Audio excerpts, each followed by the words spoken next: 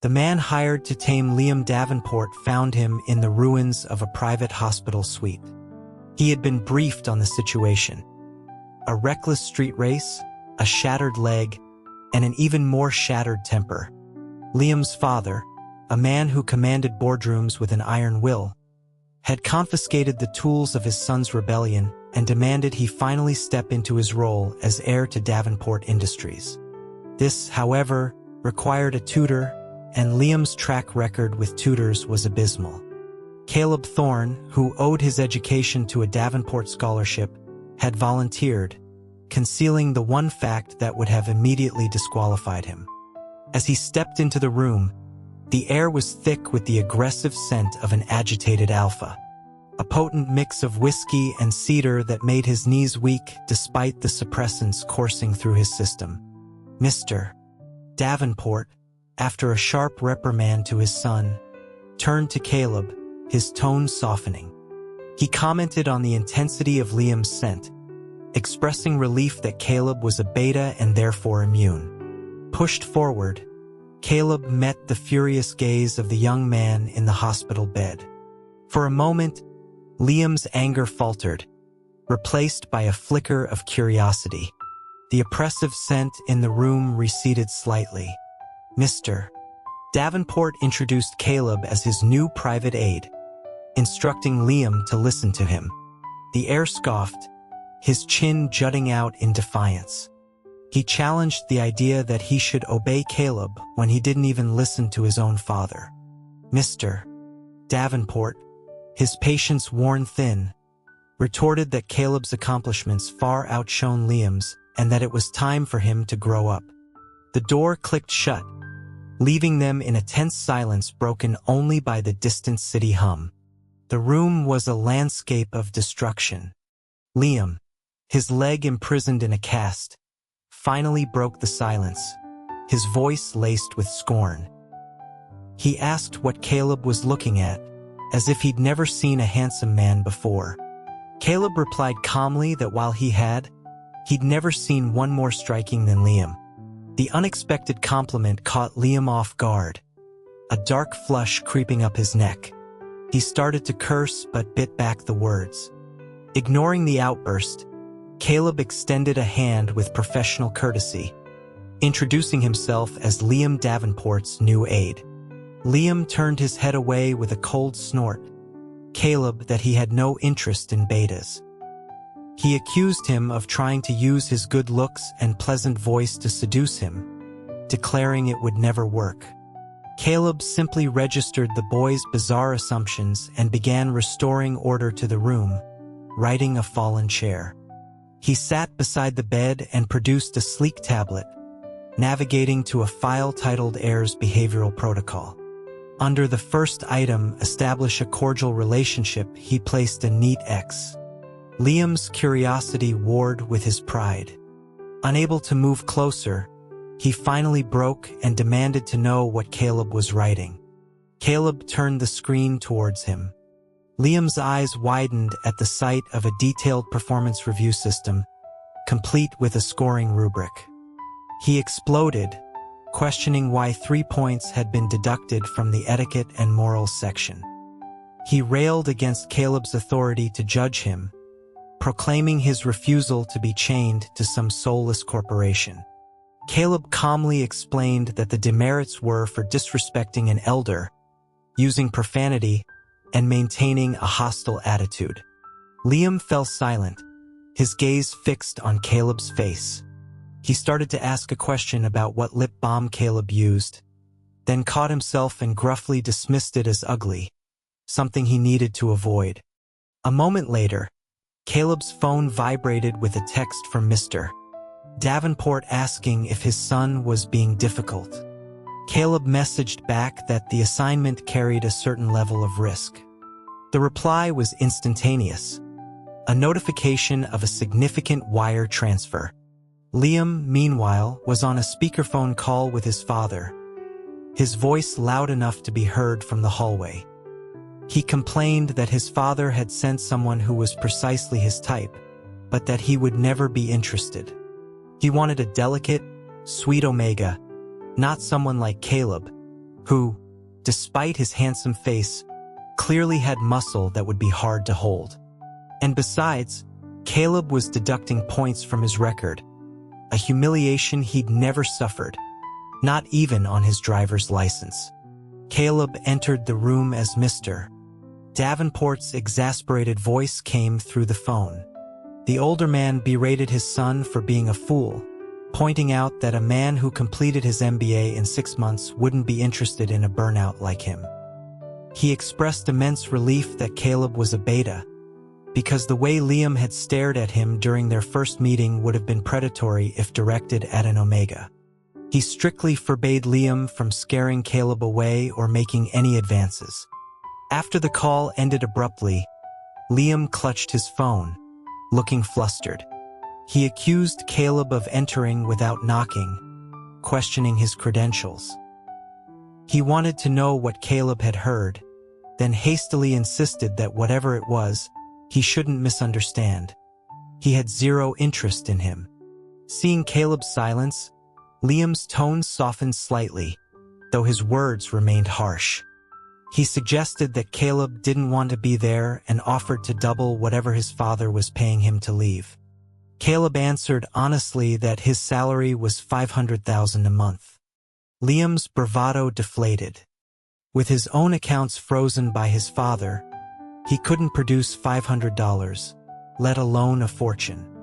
The wild heir, once the center of every party, was now grounded and isolated, his friends forbidden from visiting.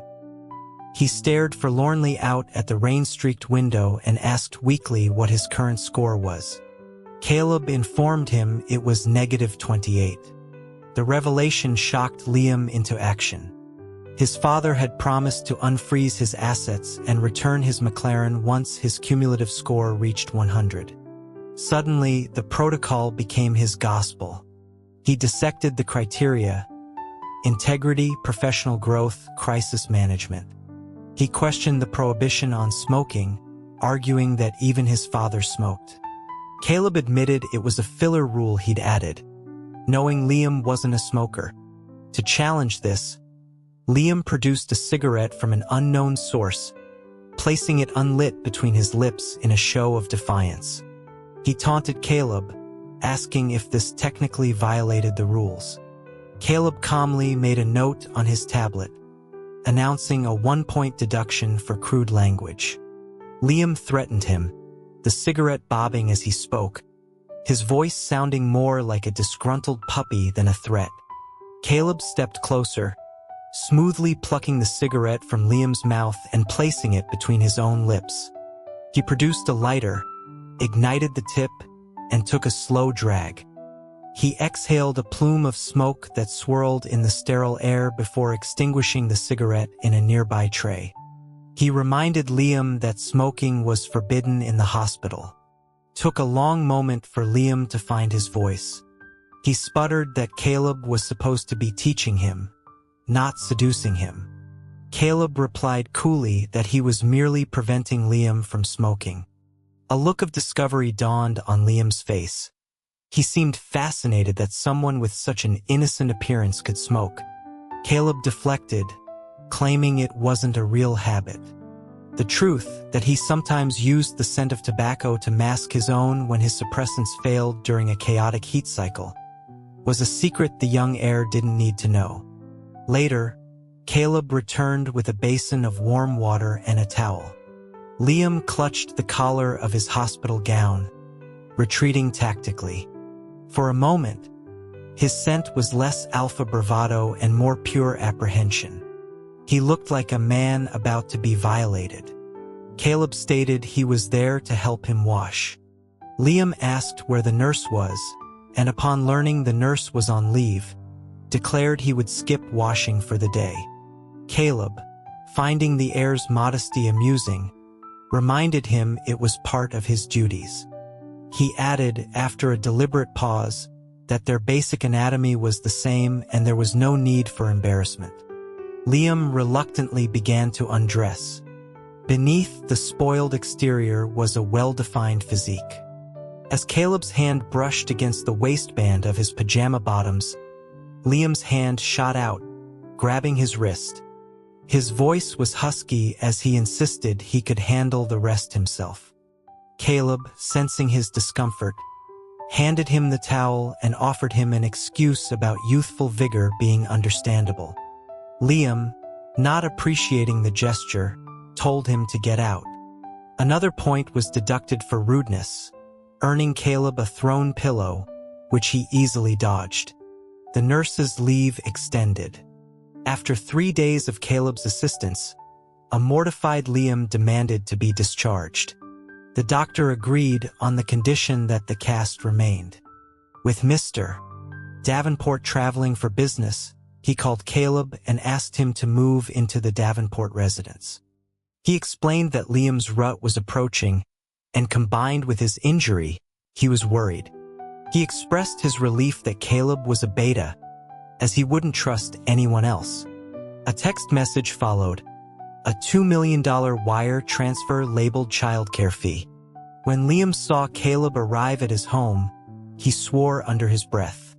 Caleb merely raised an eyebrow and reached for his tablet. Liam quickly amended his statement, asking why Caleb was so persistent. Sensing Liam's genuine frustration, and not eager to be near an alpha approaching his rut, Caleb decided to leave.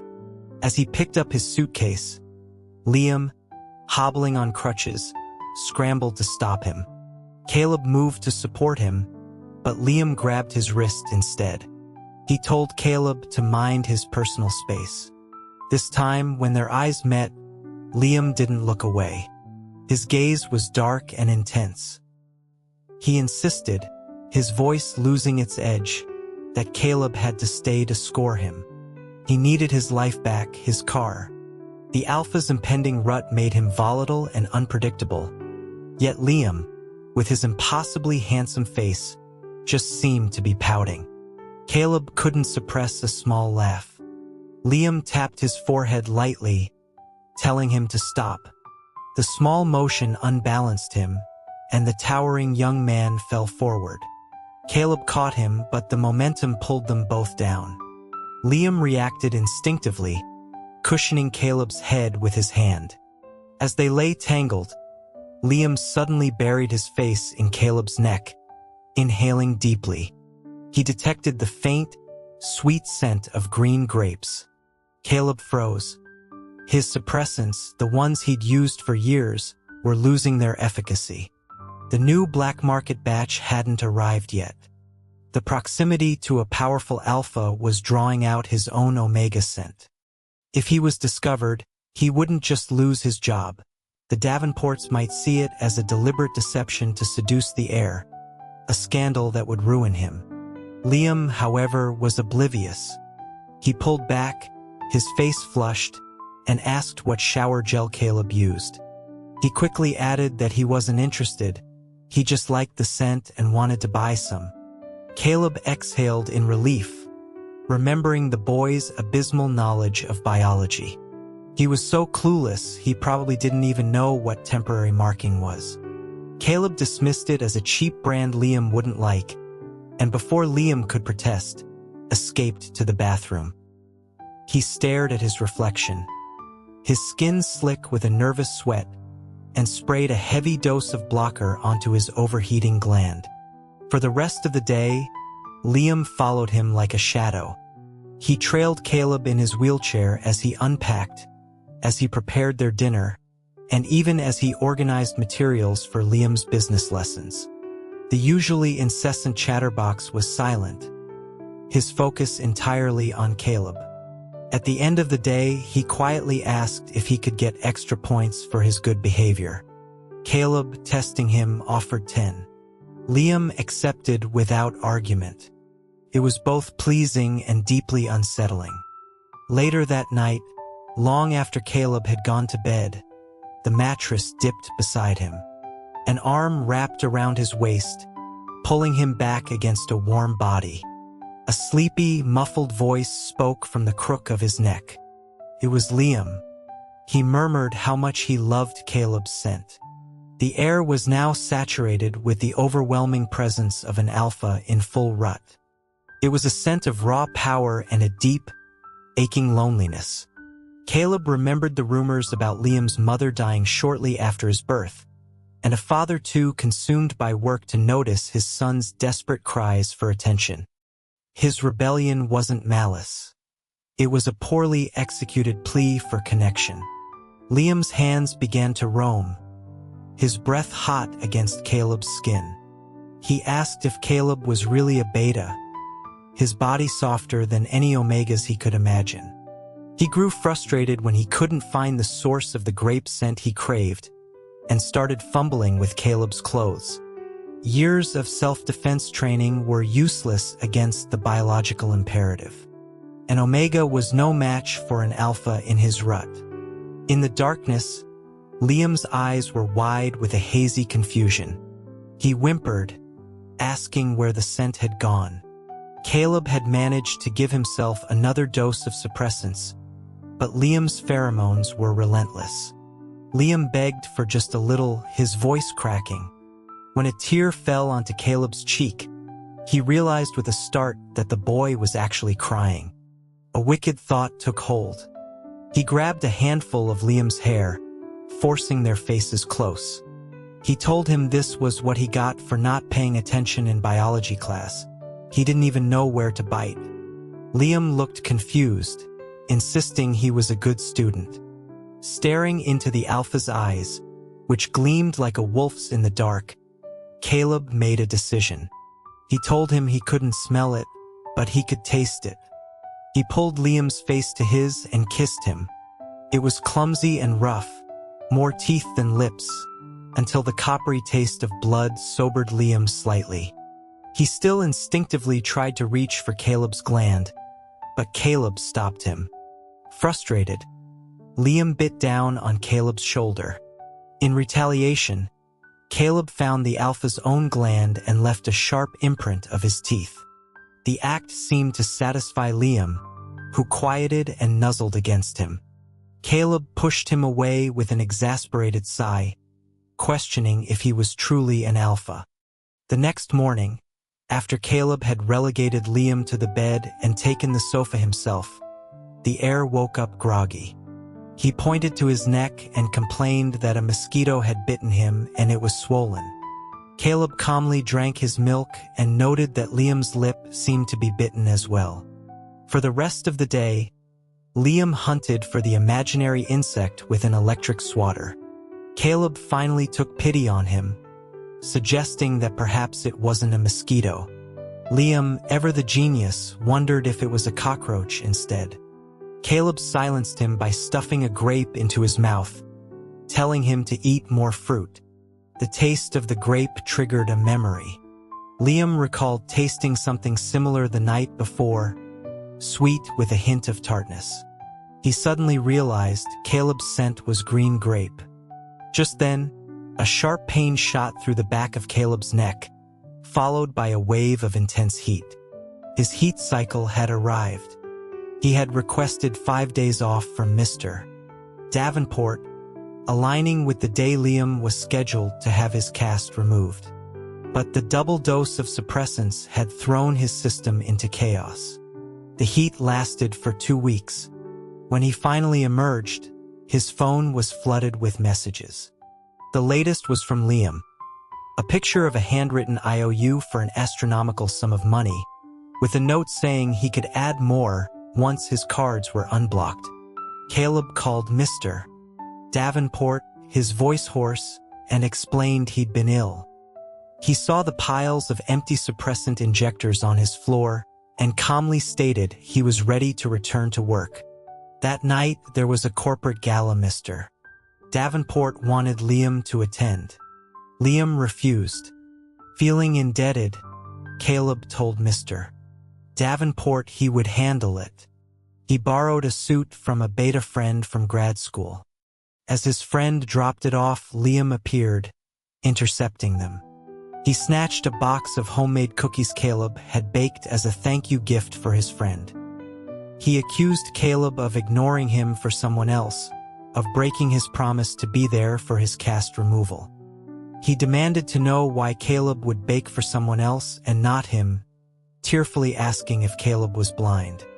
His friend, a renowned debater, looked at Liam with disdain, but Caleb quickly de-escalated, explaining it was work-related and promising his friend dinner another time.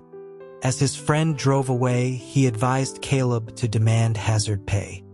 Liam, meanwhile, sat on the steps like an abandoned puppy, clutching the cookies.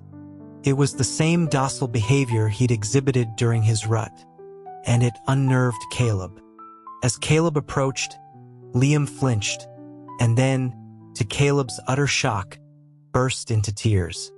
He sobbed uncontrollably, a storm of pent-up frustration and hurt. Caleb tried to comfort him, but it was impossible to get a word in. Finally, he told him to stop or he would be ignored for good. This only made it worse. The tall alpha launched himself at Caleb, hugging him tightly, his sobs turning into choked hiccups.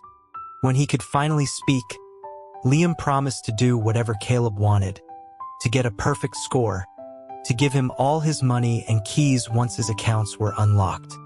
All he asked was for Caleb to choose him. Caleb looked into the boy's earnest, tear-streaked face and saw a memory. A sweltering summer day 16 years ago. He was running from his father, who had sold him to a lab for genetic experiments. Halfway through an injection, he'd escaped, only to collide with a boy on a bicycle. The boy, young Liam, was all sharp angles and defiant energy. He saw Caleb's pursuers and, with a casual gesture, had his bodyguards intervene, saving Caleb from a nightmare. That rescue had changed Caleb's life. But the drug had altered him forever, leaving him a semi-defective Omega, unable to be permanently marked or bear children. He had gone to Liam's school once, watching him from behind a fence, a golden boy from a different world. He knew then that the Davenports would never accept a broken Omega. Liam's tearful plea brought him back to the present. He gently wiped Liam's eyes and made a promise. He would make Liam a worthy heir, and until then, he would not leave. He would stay as long as Liam needed him. At the gala, Liam was a revelation. He was charming, witty, and perfectly poised, impressing his father's business partners. Mr. Davenport sent Caleb a simple text, "Bonus." On the way home, Liam, flushed with wine and success, beckoned Caleb closer in the back of the car. The new suppressants worked perfectly, blocking all scent, so Caleb complied without fear. Liam's cool hand touched the back of his neck, his fingers pressing gently against Caleb's gland. He pulled Caleb closer and asked in a low voice how he had performed. Caleb, trying to remain calm, told him he did very well and would receive a 50-point bonus. Liam murmured it wasn't enough. Before Caleb could react, Liam captured his chin and kissed him, a soft, deliberate kiss that lasted exactly 50 seconds. When he pulled away, a silver chain was hanging around Caleb's neck. The pendant was a ring, one Caleb recognized as the one Liam always wore. It was his mother's. He told Caleb to keep it safe for him. In the following weeks, Liam was a changed man. He was dedicated, attending every meeting and absorbing every lesson. He quickly earned his 100 points. The day his accounts were unfrozen, he transferred the massive sum from his IOU to Caleb. Caleb tried to refuse, but Liam was insistent, stuffing his newly activated CR cards into Caleb's hands and telling him to manage them. He joked that the only thing he feared was Caleb having no designs on him at all. He took Caleb to a private restaurant to celebrate, promising him a gift. The gift was a book, Alphas and Betas, a lifelong partnership. Caleb set the book aside. He told Liam he had now fulfilled his duty. He returned the CR cards and the necklace, though he kept the chain, explaining that the ring should be returned. He told a stunned Liam that as a beta, he had no interest in an alpha. Their ruts were too much trouble. He preferred delicate omegas. He told him that even though Liam had kissed him and he had responded, it meant nothing. He turned and walked away from Liam's shouted, desperate questions. The truth was that Mr. Davenport had shown him security footage a few days prior. It was of a man lurking near Caleb's apartment. An older, worn-down man Caleb recognized immediately as his father, Marcus Thorne. The man who had driven his Omega mother to suicide and sold his own son. Seeing him brought back the horrific memory of his mother's body on the pavement, a crimson bloom spreading from beneath her white dress. The light that Liam had brought into his life was too precious to be tainted by the darkness of his past. He would not drag Liam down with him. He resigned from his position and took a new job tutoring another wealthy family's son. He saw Liam again at another party. The vibrant young man had become a cool, distant star, untouchable. An Omega beside Caleb commented on how handsome Liam was. Caleb replied, against the truth in his heart, that he wasn't interested. The Omega then shared that his family had attempted to arrange a match with the Davenports, but Liam himself had refused, stating he was in love with the Beta. Before Caleb could process this, Liam was standing before him, his voice cold.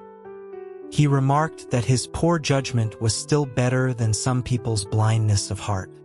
The Omega fled. Caleb tried to leave, but Liam's presence was magnetic. He made his way to the parking lot. He'd had to drink to cover for his new, timid client and had called a car service. As the car pulled away, he glanced in the rearview mirror and saw a face. It was his father. The doors were locked. Marcus sneered, thinking he still had power over him. But Caleb was no longer the frightened boy. He calmly took out a lighter and set fire to the seat. As flames licked up the upholstery, he smiled a tearful, broken smile. "Dad," he said, his voice low and steady, "I want you to die." Suddenly, a silver sports car drifted into their path, blocking them. Marcus unlocked the doors and fled, screaming that Caleb was insane. Caleb got out to give chase, grabbing a rock from the roadside. Before he could take 2 steps, hands covered his eyes and he was tackled to the ground. An instant later, the car exploded in a fireball. Liam had shielded him with his own body. Panic seized Caleb. He thought he was a curse, bringing disaster to the one person who had repeatedly saved him.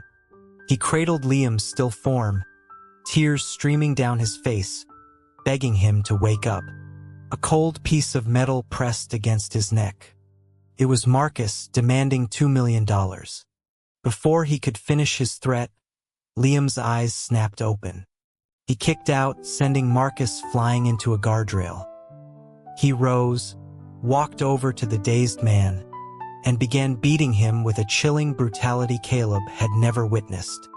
Though Caleb wanted his father dead, he knew Liam couldn't have that stain on his soul. He wrapped his arms around Liam's waist, stopping him. Liam went rigid, then turned and collapsed into his embrace. The supposedly ferocious alpha held up his bruised fist and whimpered that his hand hurt and needed to be kissed better. Mr. Davenport arrived and took control with ruthless efficiency.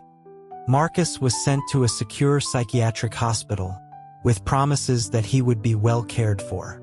In a private room, Liam's minor scrapes were treated. Mr.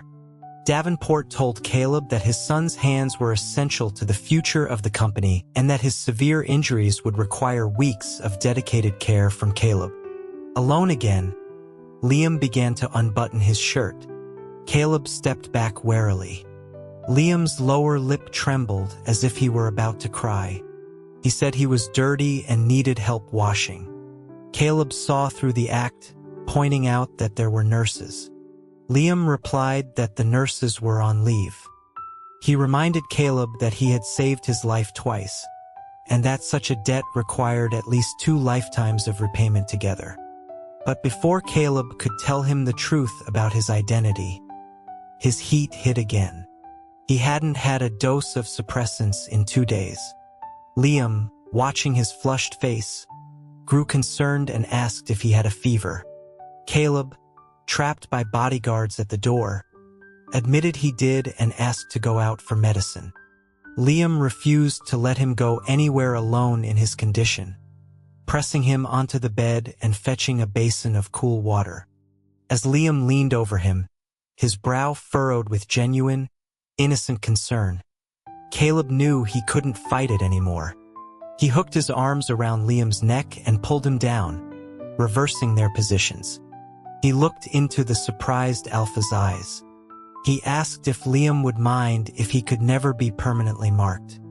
A faint scent of green grapes began to fill the air. Liam stared, his eyes widening in disbelief as he finally understood. Caleb repeated the question. "I'm an Omega. I can only be marked temporarily. Do you want this?" Liam nodded, his expression dazed. 3 days later, he was clinging to Caleb's waist, begging him not to leave as Caleb prepared to check them out of the hospital. Caleb sighed, telling the big Alpha he was just handling the discharge paperwork. Liam suddenly looked crestfallen and said he did mind. Caleb paused, confused. Liam surged up, his lips pressing against Caleb's already bruised gland.